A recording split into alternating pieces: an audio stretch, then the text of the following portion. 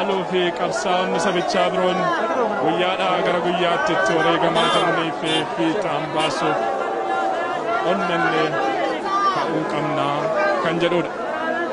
Kana malees gumaa Hacaaluu Hundeessaa baasuu kan dandeenyu siidaa Minilik handhuura Finfinnee Birbirsa Goorootti argamu bakkichaa kaasuudhaan iddoo isaatti siidaa goota Oromoo Hacaaluu Hundeessaa yoo dhaabuu dandeenyedha jedhu qeerroon.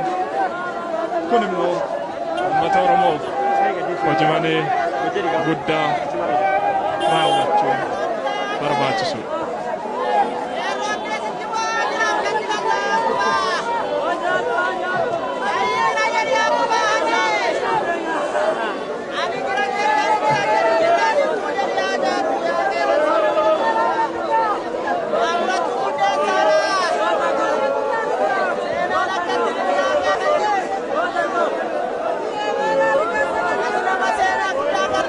Hacaaluun har'a lubbuun Oromoo gidduutti hin argamu. Reenfa isaa garuu miiliyoononni ba'anii itti marsanii kabajaan geggeessuu irratti argamu. Imalli magaalaa Finfinnee hospitaala Phaawulos irraa eegalee gara Ambootti taasifamaa jiru itti fufeerama. Yeroo ammaa Finfinnee naannoo Wiingees jedhamuun beekamutti kan argamnu yoo ta'u, Oromoon miiliyoonotaan sirna geggeessaa Hacaaluu Hundeessaa dabaaluudhaaf ba'es dhaadannoo garaa garaa dhageessisuun gootummaan goota isaa geggeessuu itti fufeerama.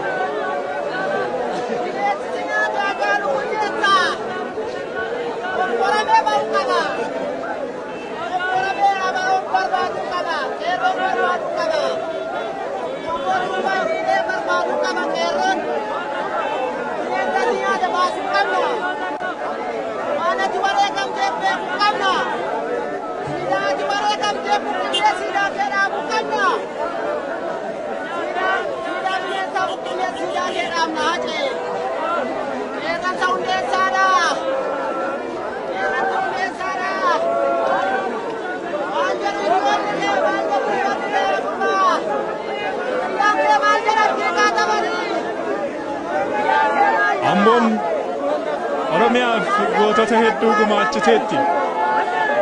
Gootota Oromiyaaf gumaachite keessaas hedduu isaanii wareegamaan dhabdeetti.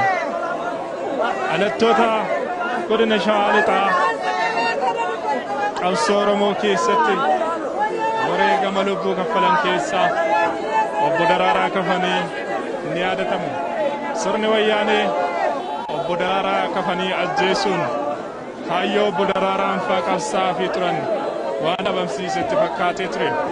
Kana qofaanis hin dhaabbanne sirni wayyaanee ola deemaa Oromoo jaagamaa badhaanee wareeguun kaayyoo qabsoo jaagamaa faa waan doomsetti fakkaatee ture.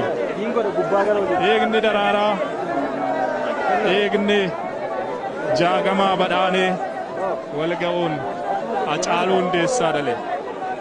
Hacaaluu Hundeessaa kaleessa Oromoof jiraatee bara jireenya isaa guutuu Oromoof aarsaa kaffalee Finfinnee naannoo kondominiyeemii Galaan jedhamutti akka wareegame ragaan kan mul'isan. Eegni Hacaaluu Hundeessaa guyyaa kaleessaa dhangalaate ammoo Hacaaluu kumaa kitilaan lakkaa'aman akka oomishee bule kan bakkee kanarraa arginu nagaa guddaadha. Wareegama Hacaaluu Hundeessaatiin Hacaaluuwwan dhalatanii bulan, Hacaaluuwwan eegni Hacaaluu Hundeessaa magarsi qabsoo Oromoo baroota dheeraaf ilmaan Oromoo nyaate kan xumura itti godhu akka ta'e inni abdatama.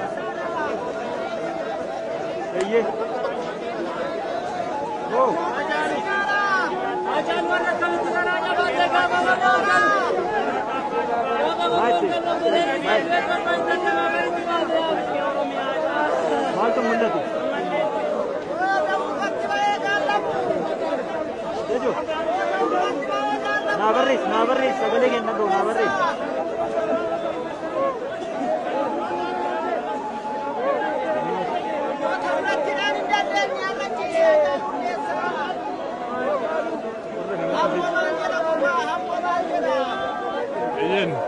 wareegama Hacaaluu Hundeessaatiin Oromoon gaddeera. Gaddi qe'ee tokkoon ilmaan Oromoo seenteetti.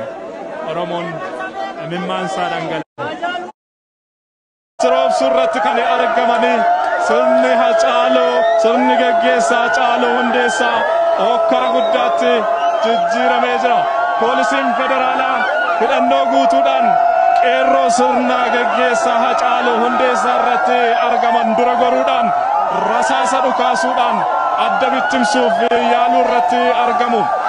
Rasaasni hedduun roobuu irratti kan argamu.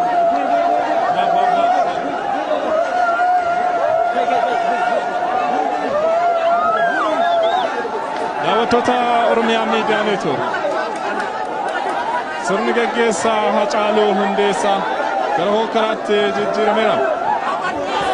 Aarri imimaanessus akka darbatamee fi namoonni sababa kanaan miidhaa garaagaraa keessummeessaa jiraachuu arguu irratti kan argamnu. Haa ta'utii qeerroon mallattoo diddaa Oromoo argisiisuudhaan ammas fuuldura dhaabbachuu irratti kan argamu. Rasaasni dhukaafameera irra deddeebiidhaan qeerroon wayitaa ari'anii reebanis arguudhaaf taajjabuudhaaf dandeenyeerra.